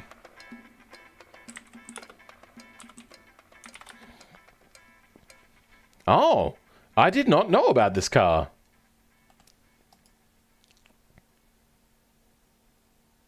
(1960s). Interesting. I do see the resemblance of which you talk of, though not really. It's only vaguely the same. Like, that back end, a lot more reminiscent of a Ferrari. The front end... Hold on. Kind of. Also not really. That is... What have you done here? That's a cool quirk of design you've done there. I like that you've tried something different. That's pretty cool. Like, you could have just left the grille as is, but you decided to put a bump in there for the lights. That's interesting. I didn't notice that. Good work. Where did the grip go? The thing never had grip. I was just easing myself into it. I only know the XJ13 because it's added to GTA 5. Oh dear. Don't tell me you got one of those cards, did you? You know what's better than adding metal fatigue film, man? If the dev actually finished the game. Sure. But if they're trying to go for like realism and all that sort of stuff, that's one of the things that I would like to see them add. You love vintage LM cars? So do I. This car was based a bit on the GT40, but with extra steps. I kinda... Maybe... No, actually, I see more Ferrari in this. Hey! Brakes started to fade. There we go. That's the braking sort of thing that we expect and know and love. So you had to not drive to the car's limits. You had to drive to the brakes limits a lot of the time, which meant if you had a corner that was fairly fast but you would have to normally brake for, you would then just lift off instead of actually braking. Then when coming up to corners, you would lift off before you get into the braking zone. Then you would brake at like a moderate amount. You'd start off hard and then you would become softer as time goes on relatively quickly. So like, jab on the brakes and then lift off a little bit to stop brake fade. Except, unfortunately, these are just too hot because I didn't give it like the lift off first. And they got up to like 600 degrees and just cooked. I love it. Part of a racing community, so yeah, I did some of the cars drive nice. What can I say? What? I want to see bottled panels and chassis be able to break apart. That's more of an automation thing than a BeamNG dev thing, and that's not actually that hard to do. Don't you use real money though? What are we talking about? Anyway, I like this car a lot. There is a lot here to like. What is the name of the car? Name of the car is the SS80. Here it is. Okay. By Night of Dragon, so thank you for that car. 1967, $30,100. That is actually very cheap. I'm a little concerned that that is too cheap. For a V8 with that much technology on it, only costing $30,000? That doesn't... Something seems a little bit amiss. I'm gonna split a car in half in the vanilla game. Okay, I think I know what you mean. You can rip panels off, though, on vanilla cars. Yeah, so let's go with stream scoring for now. So, undo all of that. We're also going to go ahead and select everything and tell this to also all go in the middle. There we go. Styling. It's a little bit basic. You got a lot of air in. There's no real air out. What about the Jaguar? Did the Jaguar have air out? Yes, there is a lot of air coming out through the top there. There's also extra ventilation to get air into the rear for just that little bit of extra cooling. Unfortunately, you just don't have enough airflow through the car. And the back end is very basic. So I'm going to give that like a 3. I love that detail on the front. And that detail you did on the front around the grill is the only reason why you're not getting a 1. Oh, you know what? Actually, we'll give that a 4. It's just, you've given so much to that little bit, and I love it. You know, it's also a speedster, so we'll give it a 5. You've convinced me without having to convince me. Acceleration. For its time, it's pretty good, but by nowadays, that's less than a hatchback. So we're going to go with like a 4 out of 10 there. Handling is fairly decent, so we're going to go 8 on that one. Fun factor, it's a convertible. It's going to be very fun. And it's a classic car. You can chuck it around, all that sort of stuff. Cool factor, very cool. Trackability, like a 5 by modern day standards. Those brakes are dangerous.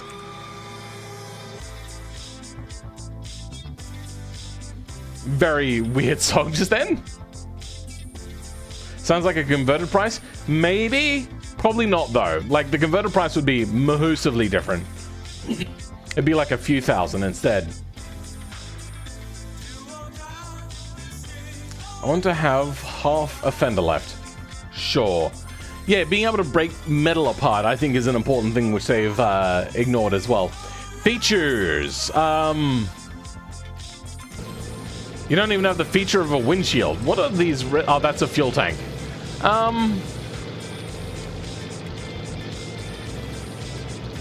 There's not much here in the way of features. So that's going to get a no. Comfort. I mean, a convertible is comfortable, but you're also, like, really probably not going to have the most comfortable thing. The suspension is very stiff side to side. That's weird. This thing would probably have a lot of body roll, honestly. The tires, though, are going to be more comfortable, even if they aren't race tires. Oh, dear. Oh, Lord. Where'd that come from? All right. Also, basic wheels. Ugh. Ugh. Features? What feature? Features? No. Comfort. It's going to be probably something like a 5. Without the windshield, like, convertibles do just feel comfortable sometimes, but without a windshield, it's very uncomfortable. It's going to be loud. It's going to be, like, windy. It's going to get bugs in your face sort of thing as well. It's not going to be the most good experience, especially with how loud it is, and probably it's going to be quite a sooty sort of car.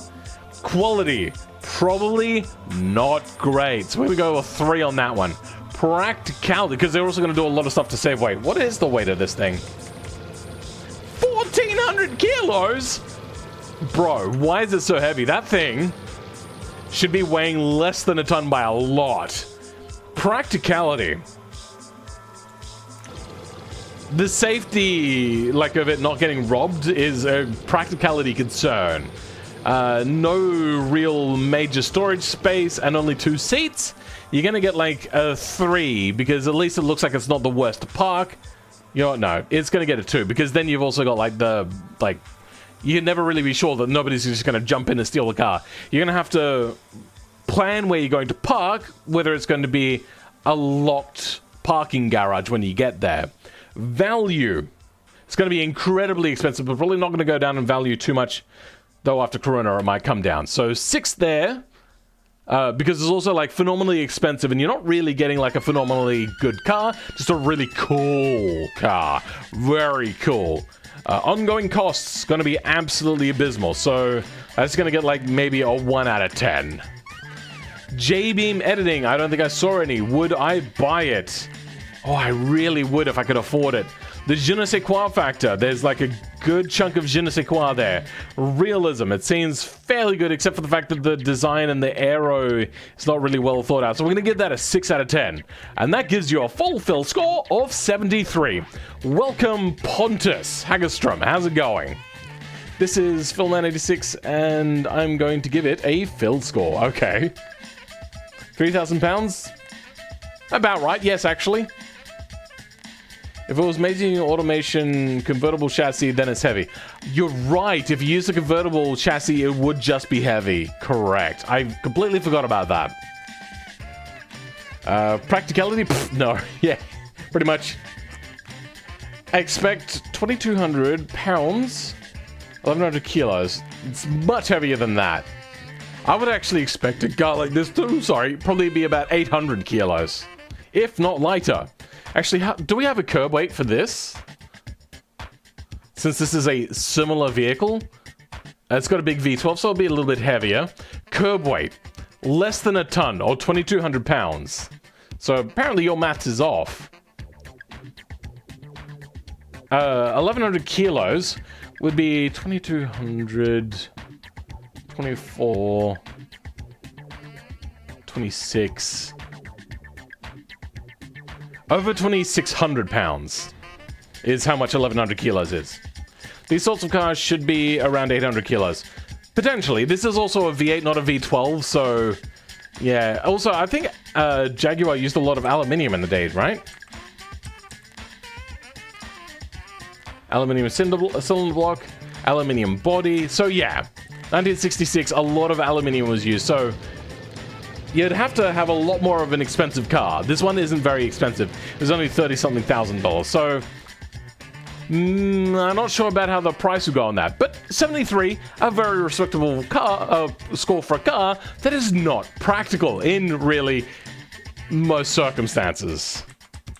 Like taking it out as a show car, yes, that's about it, really. I'm not doing math. I'm trying to do science and keep my last 4 brain cells. Fair enough. It's a V8 and could probably get away with 900 kilos. Yep, I agree with that. Let's have a look now at the next car. Which is, this bad boy. Hold on, what's the name of it? Let's just go the Trans Am GT.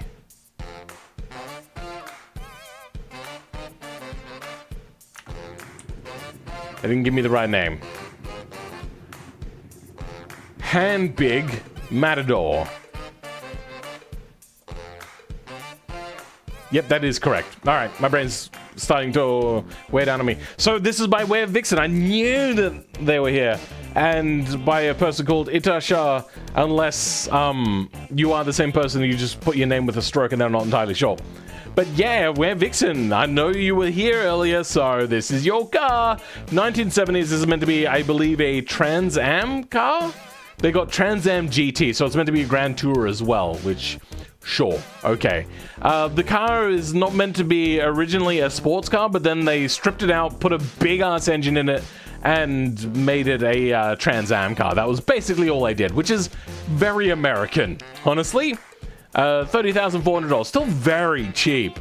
As a challenge car, restrictions of the vehicles are mostly unintentional or not able to be mitigated. So, I'm assuming the brakes aren't going to be good, handling's going to be weird, all that sort of stuff, because this car was made for a challenge. What sort of tires do we have on this thing? Are those semi-slicks? I think they might be. At the end of the day, it's alright because he's got a jag. Yeah, pretty much.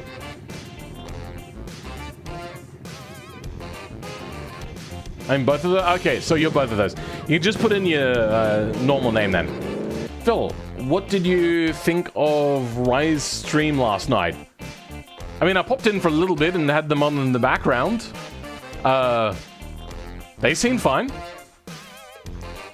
Is the 1970s season Trans Am, which is track racing discipline. So like this, or is it meant to go around a circuit? Oh, this is fast. So off the line, slow. A lot smoother of a power delivery compared to the last car.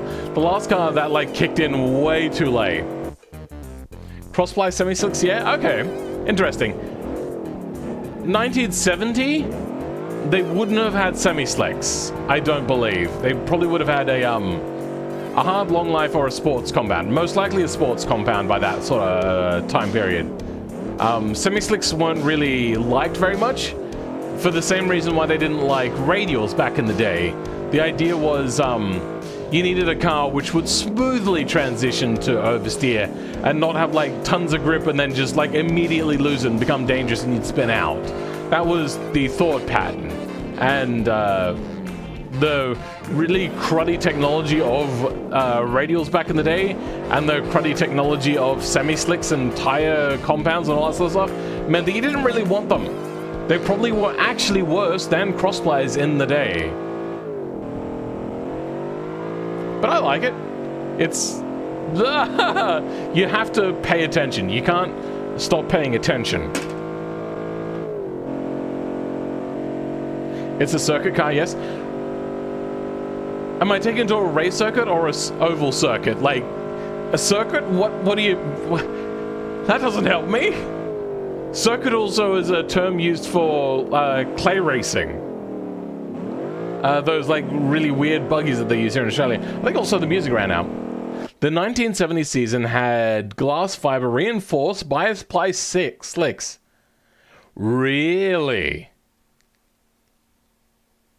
That would have been terrible.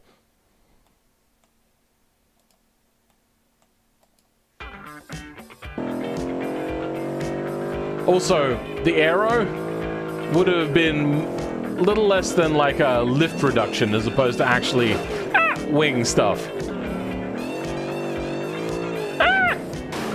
Oh, this is getting hard to control because I'm not paying enough attention. Trans Am is proper circuits like Laguna Seca. Okay, thank you. Maybe the car started off slicks. Maybe this car started off slicks in Racing Feld. I mean, a lot of race series didn't transition until Formula 1 did. This thing is really bad off the line. But if you do a little bit of clutch feathering, it's not so bad. And I'm assuming if you had like a slush box automatic, it would get you up into the power band to start with.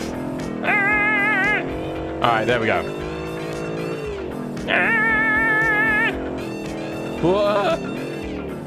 Great. What's at 0 to 100? Let's bring it to a stop and actually do a thing. This thing feels actually pretty decent. No, that's too slow off the line.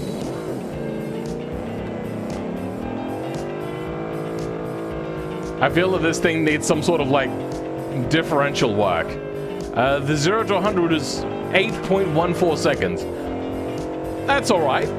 The last one was mid-engine, so that makes sense that would probably be a little bit better since the weight is going to be pushed onto the rear tires immediately, so you can clutch dump it and still get decent traction.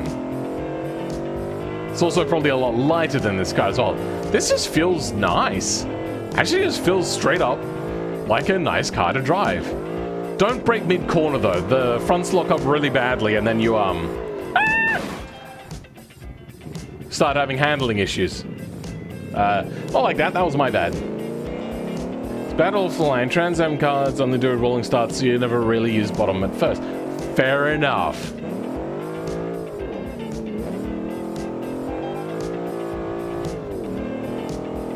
Good. Alright. Oh god, why am I so yawny today? What the frick? And slow it down, get it turned. Ah! Okay, so we still have that issue in BeamNG where the controllers are so poorly organized or written or whatever. I don't know whether that's automation's idea, but it's probably not. Where if you lock up the rear tires in any sort of way, it then goes into clutch dump mode. So the next time you put on the accelerator, it will immediately dump the hell out of that clutch. I'm also going to check to see how long it takes for the brakes to cook. So we're going to try to do complete laps. Or putting the power down in the corners is brutal. There we go. Okay. That one wheel peel for days. Wow. The brakes are not as much as I would like, so like getting the turn in is always worse than what I anticipate. Maybe I should reduce the front brake force to see how this goes, but you know what, it's still fairly fine even with probably having too powerful of front brakes compared to the rear brakes. Wow, this corner's faster than that whatchamacallit car, the atomic car. That's embarrassing for the atomic car.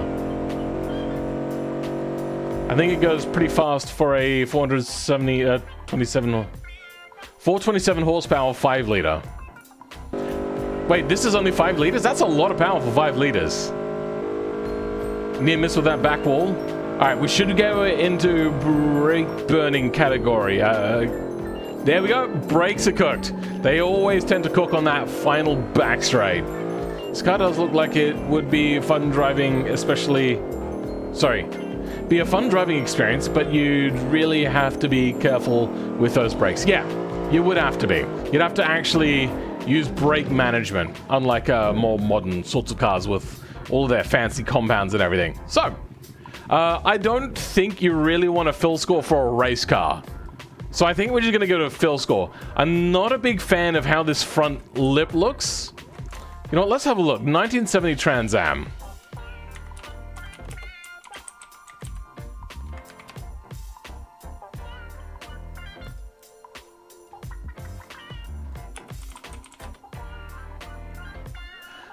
We have a little bit of air dam here. Not a lot. Even here, like, it's still not particularly drastic. There, it's not a whole lot. Most of the time, they don't actually know what it's doing either. That's not so bad. What year was this meant to be? What exact year did this meant to start in? 1970. You've just... Yeah, 1970. I think that is too advanced of an aero sort of setup. It's also very different from what anybody else is running. I'm also... Hold on. These all have kept their bumpers on by the looks of it. So going the no bumper look, not really accurate. Most of this is accurate though. Just the no bumper look, not really a thing. The half cage, kind of weird. This looks like it has a full cage. That has a full cage. That has a full cage. How good it is a different question. This really old picture. Yes, this has got a cage in it. That has a cage in it, though that's a modern thing, so... Cage in there. Cage in there. Cage in that one. Not a great picture. Really hard to see. Cage there, cage there. Oh, actually... You know, that is a front cage. That one I can't tell. So, half cage, probably not what I would have done here.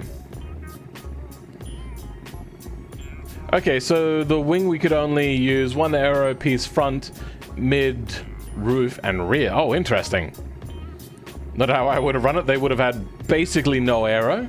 Just basically lift reduction. Not using them would have disadvantaged me. Yep, fair enough. It's just...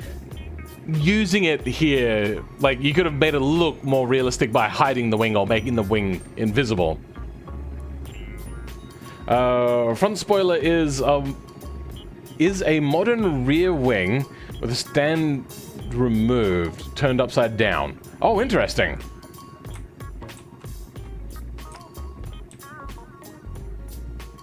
Oh, I see it now. Ah, okay. Still, I probably wouldn't have made it look like that. Now, if you want to use aero stuff, though, keep in mind it generates less downforce, but you've got all the aero fixtures actually add downforce and actually work the way that they're meant to be advertised to the most part. I do like a lot of the stuff here. A lot of the stuff is really cool. There's just a few little things here and there.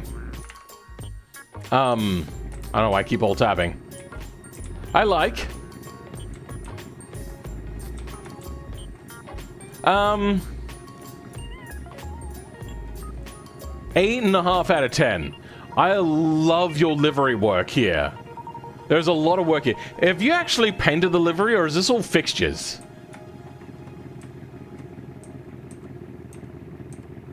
That's fixtures. Okay, you've done this the hard way. But at least you've got the result you want.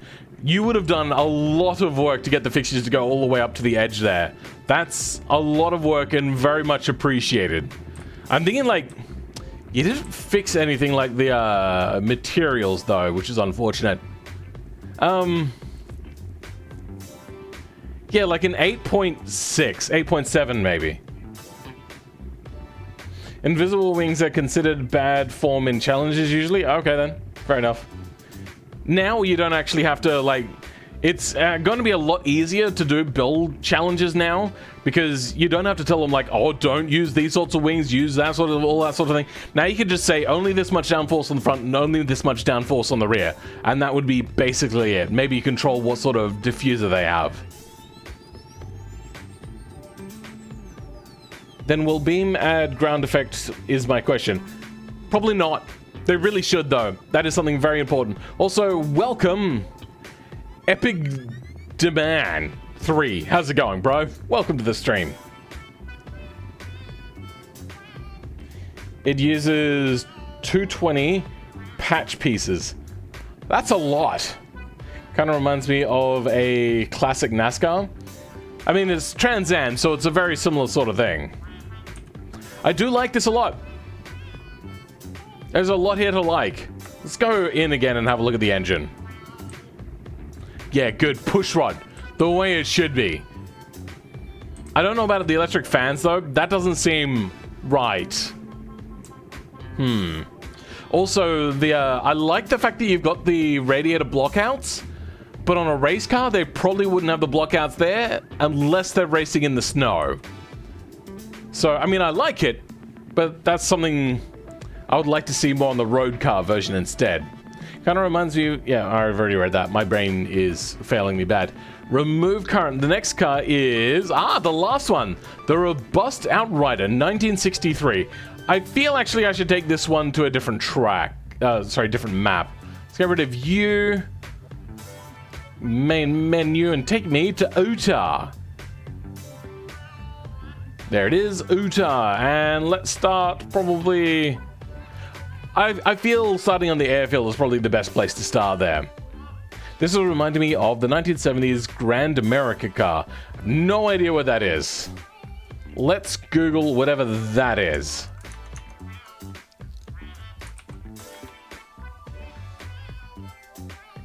Is it just a concept of, like, a genre of car? Alright. Oh, my Bronco didn't do a full fill score. Oh, my Bronco don't do a full fill score. Okay, then. Fair enough. Wonder how wobbly the suspension is on this will be. We're about to find out. I think they had, like, a lot to say about, like, how they didn't use the right suspension, didn't use the right differential, and used the wrong engine. And... I mean, somebody did point out that there was a American car that used the narrowbank V6, but I just feel it wouldn't have had in this particular sort of car.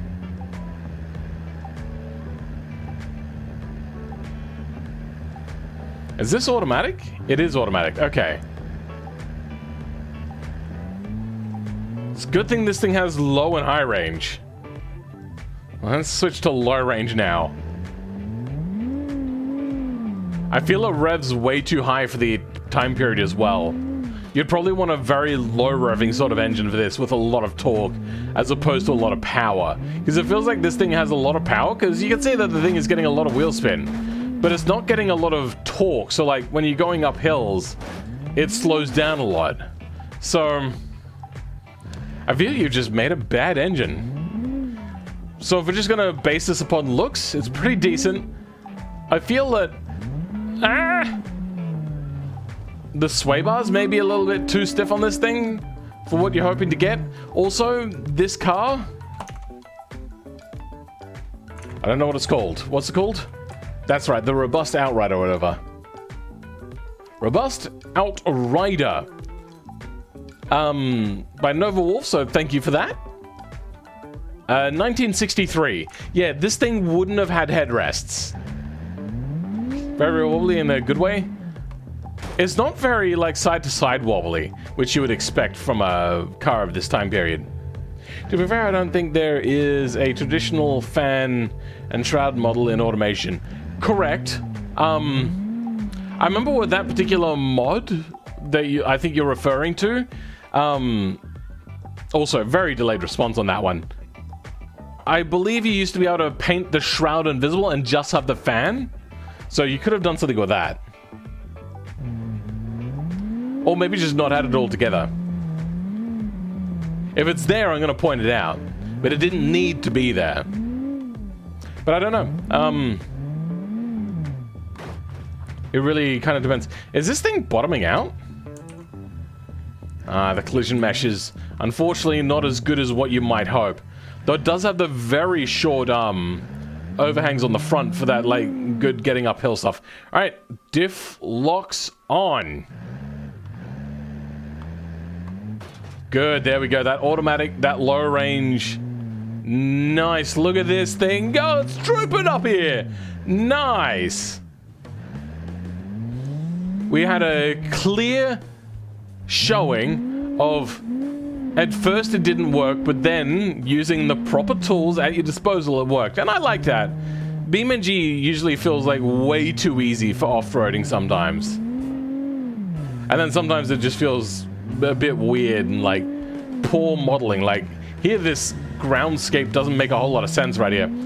And unfortunately, we're running into that too much power, not enough torque situation. Yeah, see that? Like, it's got the power, it can get the revs up, but then the moment it starts to become tricky, it's not going to work anymore. So, you do have to get like a really low cam profile to give you more torque and to help you out. So I like it. The remake of the Internationals is going well. Based on the engine of the Bronco, apparently it had a straight 6 and a V8. It wasn't... Oh, I wasn't sure what to use at first. I mean, you could have used a V6, but a wide bank, probably a 90 degree, probably for a vehicle like this. Whee! Ah! Oops! Oh, my God, that thing shunted the ground hard. There was no crumple zone whatsoever, really. Which means that all of that deceleration is not in the vehicle, but in your face. And she's still alive. She's basically a Toyota at this point. Damn it! No! Stop rolling! Land on your wheels, thank you. Hey, Agnosion! Welcome to the end of the stream. Can you look it up on Discord? Can I look what up in Discord? I'm not sure what it is you're asking. You just want me to have a look on Discord? Alright, let's go have a look on Discord. Why is it blacked out? Alright, here we go. I'm getting pinged as well. Junk in your trunk, is that where it is? What do you want from me? Video stuff maybe? It's Devo stuff. Not sure what it is you want me to look up. No, I'm gonna go with straight 6. Nice, good. Go push rod as well, most likely for the 60s. It looks like it would work better. Plus, with decent turning, it's gonna feel better. Okay. Toyota high chucks. Nice. Automation server. Okay. What are we looking at? I don't know what you're talking about. There's nothing really there to look at. Oh, let's turn that back up to high range, wherever my mouse is. Already done push rod, way ahead of you. Nice. Oh, look, my second cameo on this stream. You know what? Let's go the hard way up here. We're probably gonna have to switch to low range again, so let's go do that. Low range will be fairly easy to go into, but diff locks are notoriously thing that gets trickier and trickier to go with if not maintained properly. Official automation server, not yours. Oh, you mean to where I'm pinged? Alright, let's go to where I'm pinged then. What are we talking about here? You need to do base rotation 180 degrees. And depending which way it rotates, you may need to do other things as well. As for your materials, is the name of your car really long?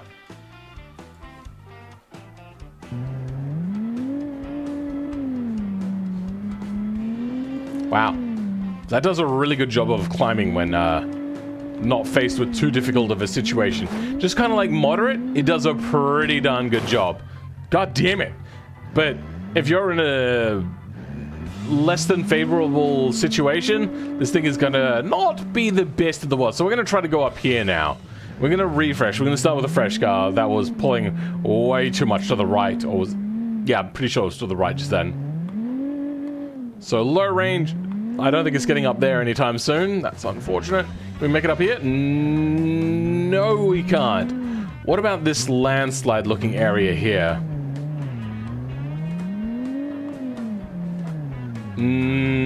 No. Not here either, and it's struggling too much. All right, that's unfortunate. So, we're gonna...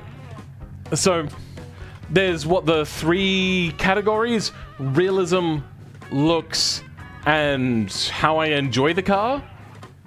I mean, it looks really nice. I do like it. Good choice of color as well.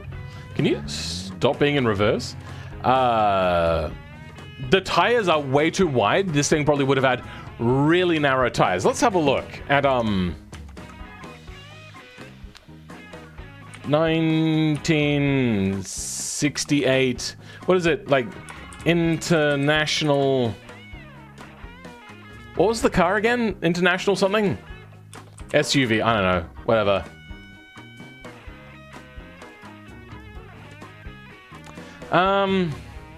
Yeah, see, very narrow tires. And that's because they would have been cross-plies. Mainly because they would have been readily available and cheap, but also because cross-plies are better apparently for going off-road. I think I understand why that is, but keep that in mind. Narrow tires, cross-plies. With, in the advanced fixture setting area, if you have that available to you, I'm pretty sure you're using the new version of automation, turn up the tire wall bulge a lot. Because, look at that. Those things look like empty sacks of air, basically. Those aren't standard tires. Yeah, look how bulbous they are. And very narrow, too. Like, look how narrow that back tire is. That's crazy. Hey, Canadian Sam Scrunch, how's it going, bro? Cute little bread box there. Is that the name of the vehicle? Okay. I don't know much about that genre. I know a little bit. Only what Shiny Odd told me, though. The amount of people pinging Fellman is getting away with in this stream is astonishing. Yeah, I don't want to block that one person because they might actually help me. Finally, somebody will help me with the build and race, which I hate running on my own. It is so hard. The International Scout. Okay. Okay, there we go. So as you can see, they look like sacks of air. These are more modern tires, though, but they're still probably cross-plies. Those are very wide, though. Those look more standard, and look how narrow those are. Very narrow tires. I posted a car on Reddit just before this stream. Does it still count for next week? Yes, it does. This is only the second part of the stream because my internet crapped out on me last night, unfortunately. Gonna run into work in 40 minutes. It's 7:40 right now. This stream is actually coming to an end. This is the last car. We're finally done. Over 2 days, which is very unfortunate. So let's start saying thank you to everyone that showed up. That does include you, Canadian Sam Scranch. Thank you for coming by. If anybody doesn't know, Canadian Sam Scranch used to be Canadian Steel. He's running a few different channels at the moment. That is the main one. He has another one where he's doing more rant sort of stuff. Thank you, Night Dragon. Thank you, Nova Wolf. Thank you, Friendbis Channel. That name. That name gets me every single time. I send you this no texture, haha. I'm so confused as to what you're trying to tell me now. Meh, as soon as I've tuned the engine properly, I'll sort the rest of it. Cool, yep, fair enough. I was just kind of like hammering it home because there are other people with other cars saying that they wanted to have wider tires as well. I'm like, no!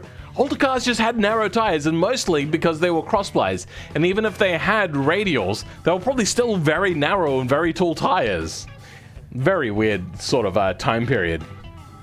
If you need any help, I'm happy to help. I mean, go look in the Discord. I ask for it fairly often, or at least I used to. I kind of gave up. So thank you to Ryoko, thank you to Crownless, I think. Thank you to Chivi for your car and for showing up today. And thank you, Groundhog, for all your help outside of stream and for showing up in the stream. Jumps on a broom and flies away. Okay, then. I'm about those screen about... What? I'm confused by what you're saying there. I'm about those screen about steering wheel. Huh? Anyway, we're gonna go for the special ending today. screw it. This is the second half of the stream. It should be fine. That and also, I believe I won't get copyright striked. I want to do a test and may as well do it on a, like, half a stream. Why not? Oh, Sin! Hey, welcome to the stream and goodbye from the stream. Thank you for showing up. Who else we got here? Agnosion, thank you for showing up, even if it was right at the end there. I don't know if I said that to you. Haven't seen you around in a while either. Ryuko, we've said it to. Epic Demand, haven't seen you in a while. Welcome back to the stream and thank you for showing up today. EJBMX, thank you for showing up. I did see you in Twintobers' chat when you and a few of the other people were saying hello to me in the chat. I don't really want to take over his chat. That's a very dick move to do, and it really does, like, inhibit the streamer's ability to, like, have a flowing conversation with a chat if, like, somebody's overtaking it. So I didn't really respond to that. I'm sorry. I did feel like a dick for doing it, but I also didn't want to, yeah, as I said, take over the chat and try to, like, I don't know, almost feel as if I'm plugging myself. Thank you, Pontus, for showing up as well. Who else we got? Nova Wolf Game? No, I've said that already. Hey, Nissan Skyline, you were around for a long time as well. I'm just gonna shorten that down to Nissan Skyline. Crownless, thank you for showing up again, bro. Good work, unless I said that. I don't know. There's... Ringo, thank you for coming by. I think I actually recognize the name Ringo. I know term stands for tonight. Fair enough, understandable. It can get very tiring. So return back to your cardboard box. Oh no, I did show up right at the end. Yes, Silver Moonfang, by the scenes of it, you have, unfortunately. Thank you, though, for actually showing up. But yeah, this is the end. I suppose there's only really one thing left. Goodbye. Oh yeah, I should probably also mention, don't use wide tires on old cars. Also, keep a whole bunch of these little